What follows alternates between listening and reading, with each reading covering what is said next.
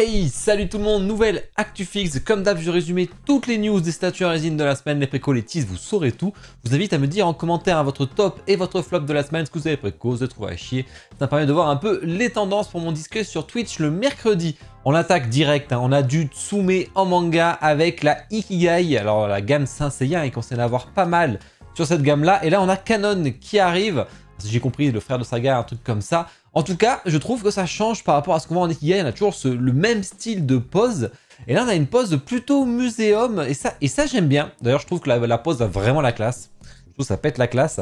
Après, l'effet PVC peut faire un peu cheap. Mais bon, sur cette gamme de tarifs, ça m'étonne pas plus que ça. En résine transparente, ça aurait été beaucoup plus sympa. Après, c'est...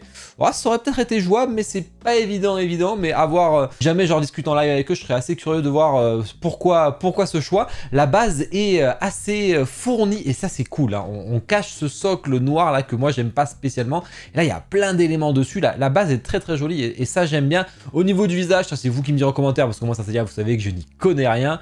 Niveau peinture, je pense comme d'hab, hein, ils savent faire normalement sur Saint Seiya Tsume, donc je me fais pas trop de risques. Toujours 2000 exemplaires, donc quand même un gros tirage. Riley qui arrive côté One Piece de Revive Studio. On l'avait déjà vu au Wonderfest, ça faisait un moment, hein, ça y est, elle est enfin en préco. Après leur barbe blanche qui est gigantesque, leur chance que j'aime pas du tout. Et là on a une Riley, alors faut savoir que Revive ils ont un créneau. C'est toujours d'avoir les statues les plus big possibles en profondeur et en largeur. Ça, ils aiment bien. Là, on regarde un peu ce principe. Alors, on a plusieurs choix. On a soit avec l'épée que je préfère comme ça, soit on a avec l'épée comme ça. Et j'aime beaucoup moins personnellement.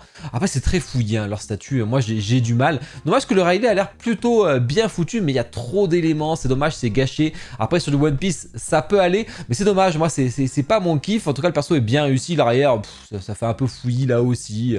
Donc, je suis pas convaincu. Tout c'est encore des big statues qui prennent beaucoup de place. Hein. C'est un personnage quand même assez secondaire. La personne, bah après je le préfère par contre à la Jimé Palace, hein, niveau visage qui est un peu trop allongé, c'est un peu trop chelou, mais bon, c'est toujours ça. Ensuite on a du F4F avec All Might en 1/8. Alors c'est All Might versus The Villain, donc je sais plus à lequel c'est, je m'en rappelle plus. On a une version standard que vous voyez ici qui sera disponible partout, que je vous conseille d'acheter chez Kyodai Nikki, hein, il y a le lien dans la description. Ce sera moins cher qu'en direct chez F4F, mais si vous voulez à tout prix la version exclusive qui rajoute un switch de visage et des LED, là vous par contre vous paierez beaucoup plus cher, hein, parce qu'avec les taxes comprises sur le site, vous allez voir, ça fait plutôt mal. Mais voilà, bon, j'aime pas du tout ce genre de statut. En tout cas, je me suis trompé, hein, mea culpa sur ma dernière vidéo, j'avais dit à tous les coups la base va être gigantesque, mais en fait non, il n'y a pas cette hauteur qu'ils font à chaque fois là, et ça c'est plutôt cool. Après, faut vouloir une statue avec ce gros machin vert dégueulasse là, c'est assez particulier. Après, je me rappelle plus trop, moi, du moment que c'est un moment hyper iconique dans le manga, donc ça va intéresser des gens, mais je sais pas trop. On a toujours cet effet pain cel shading qu'ils aiment bien.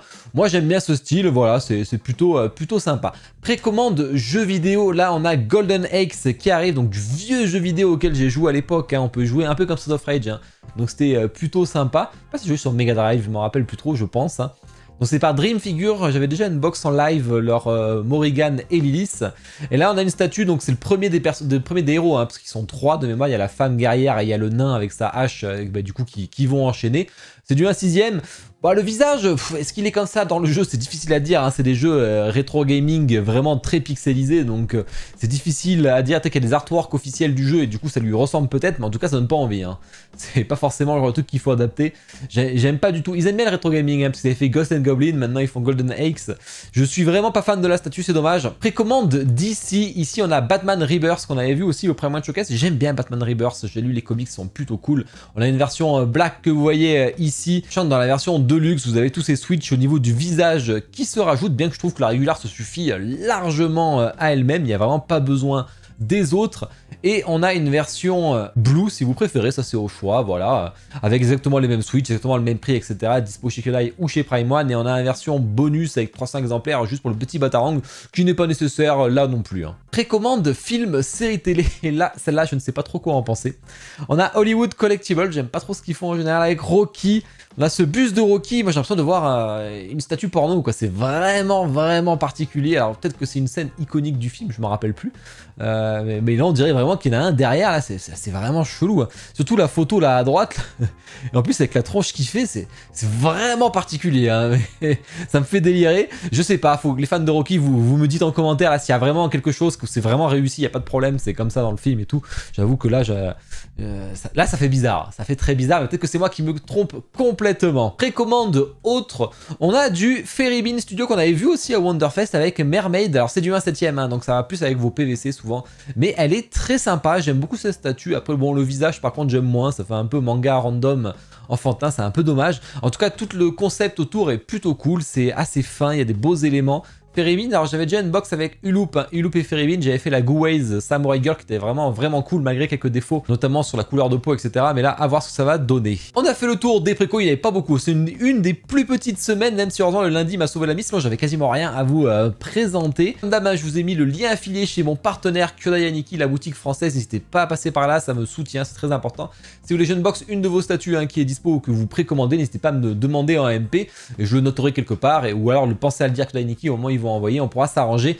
Après, ne vous vexez pas si je vous dis j'ai la flemme, hein. Souvent j'ai la flemme quand c'est des statues trop puzzle ou qui me hype pas. Depuis 2023, je ne boxe que si ça me plaît ou si j'ai la curiosité pour la statue, sinon j'ai vraiment pas assez de temps malheureusement pour m'y consacrer. Au niveau du planning, alors un planning avec un Discuss Fixe avec 2 invités, 2 masters sur Twitch, je compte sur vous pour être là, c'est très important, hein. C'est l'avant-dernier de l'été avec des invités, donc vraiment avant sûrement une petite pause de 1 ou 2 mois, donc faut en profiter. Et ensuite Elden Ring et toujours Elden Ring. Et jeu d'horreur avec ma femme samedi soir quand même, j'en ai trouvé un donc on va se le faire. Allez, on enchaîne avec les teases, juste au niveau d'Oniri qui commence à bien reprendre en main sa communication, on a un nouveau logo. Bon on s'en fout, hein. Il y a un nouveau logo, tant mieux pour eux, c'est pas... Il y en a qui râlent, il y en a qui sont contents, franchement ça change rien, le but c'est que les statues arrivent et ça c'est ce qui fait plaisir, mais je comprends qu'ils ont envie de faire leur propre identité visuelle et c'est tout à fait normal. Au niveau des teases manga, on a Kitsune qui envoie Haribel, donc une Arrancar assez sexy. Visiblement, alors on va voir le visage entièrement couvert ici, là, parce que c'est celle où elle a la poitrine couverte, donc c'est sa forme libérée. On va voir ce que ça va donner, assez curieux si c'est joli ou pas. On a vu qu'il y avait les vagues un peu sur la base. De toute façon, le reveal c'est la semaine prochaine, donc on en parlera à ce moment-là. Cartoon Kingdom avec la Naruto, elle sera dispo à la Japan Expo pour les plus observateurs. Bon après, je crois qu'on en avait parlé dans le live, hein, anniversaire avec eux, ils balancent toutes les infos. On reconnaît une certaine couverture de tome de Naruto, une couverture d'ailleurs que j'adorais, hein.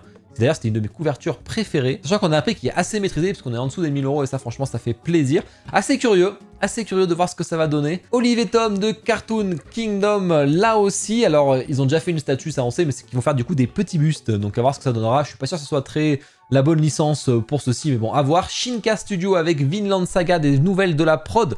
Vous avez les images ici avec le avant-après, et surtout que là, ils avaient demandé... Alors, ils l'avaient dit, je l'avais dit, j'ai déjà une box la statue, hein. Vous pouvez aller voir la vidéo du proto et toutes les questions-réponses avec eux, hein.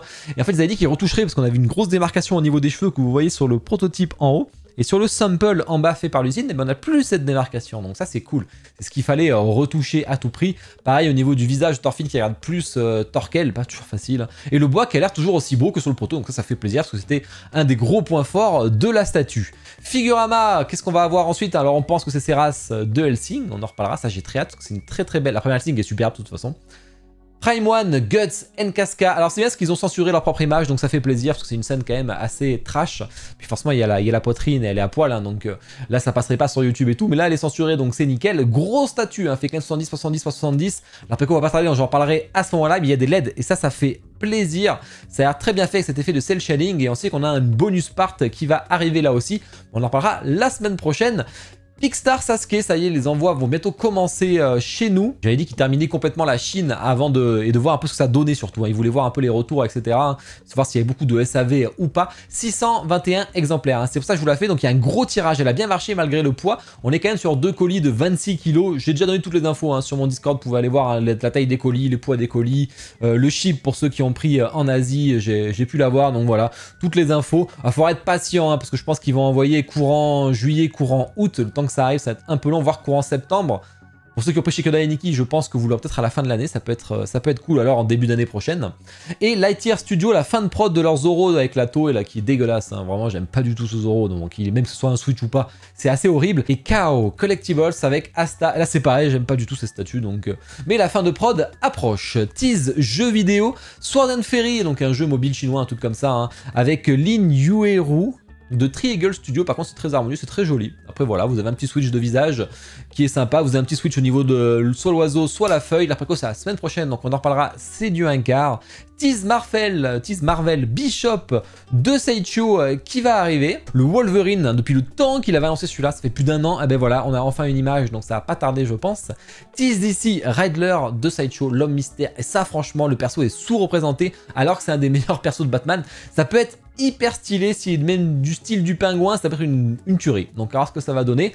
Avec aussi Peacemaker, alors ça par contre moi c'est un peu osef, mais bon je sais qu'il y en a qui kiffent. Tease, film, série télé, le Luke Skywalker qui va arriver là aussi en un quart, on se rappelle avec le vaisseau, avec on avait vu le concept, mais alors c'est dommage, moi j'espérais voir le Nihilus en premier, ça va plaire, moi je m'en fous un peu en pilote, mais c'est cool. PCS avec un Gladiator, ça c'est cool, hein. Alors bien que c'est l'actualité, parce qu'il y a le second film avec la bande-annonce qui est sortie d'ailleurs ce jour où je tourne l'actu, donc voilà. PCS avec Transformers, donc, parce que c'est, faudra me dire en commentaire, parce que alors là je ne devine pas du tout. Et Way Studio avec la fin de prod du Power Ranger vert taille réelle Boost 1.1, donc du balèze. Et enfin, les teas autres, ici on a le Vampire Lust, donc il va être assez sexy je pense côté Sideshow. Donc après la succube, on va avoir la vampire, donc à voir ce que ça va donner, assez curieux, je crois qu'on a déjà eu un bout de concept.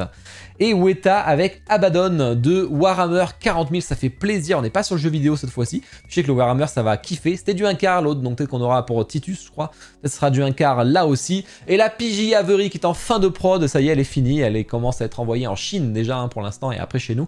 Mais vraiment très sympa, je trouve là, bah, c'est comme d'hab, c'est quand même plus beau que le prototype. Après, c'est celle que j'aime le moins dans la gamme, donc celle-là, je l'ai pas prise. D'ailleurs, si quelqu'un l'a pris chez Kodai Aniki, qu'il n'hésite pas à me dire, je pourrais vous l'unbox hein, d'ailleurs. Hein. Pour ça, moi, je fais toute la gamme. Ah oui, tiens, c'est vrai, ça. Si quelqu'un l'a pris chez Kodai Aniki, n'hésitez pas, parce que ça va pas tarder à être cheap. Hein. Et Dark Cat Studio, cette statue qui était horrible, hein, qu'on avait défoncé au ranking, je me rappelle. Eh ben, elle est cancel. Eh ben, c'est normal, hein, c'est pas isolant, hein, qu'on fait des trucs comme ça, souvent, c'est cancel. Eh ben voilà, on a fait le tour de tout ça. J'espère que ça vous a plu. En tout cas, allez voir mes unboxings YouTube. Hein, je compte sur vous. Là, il y a Shirahoshi de Jime de One Piece que j'ai pu faire. Le week-end prochain, ce sera vendredi et ce sera du prototype qui va arriver sur du gaming. Vous verrez ça. N'oubliez pas de liker la vidéo, hein, c'est très important. Hein, je compte sur vous et de vous abonner si ce n'est pas déjà fait. Et le petit commentaire de soutien et de référencement. Puis je vous souhaite tous une bonne soirée. Ciao.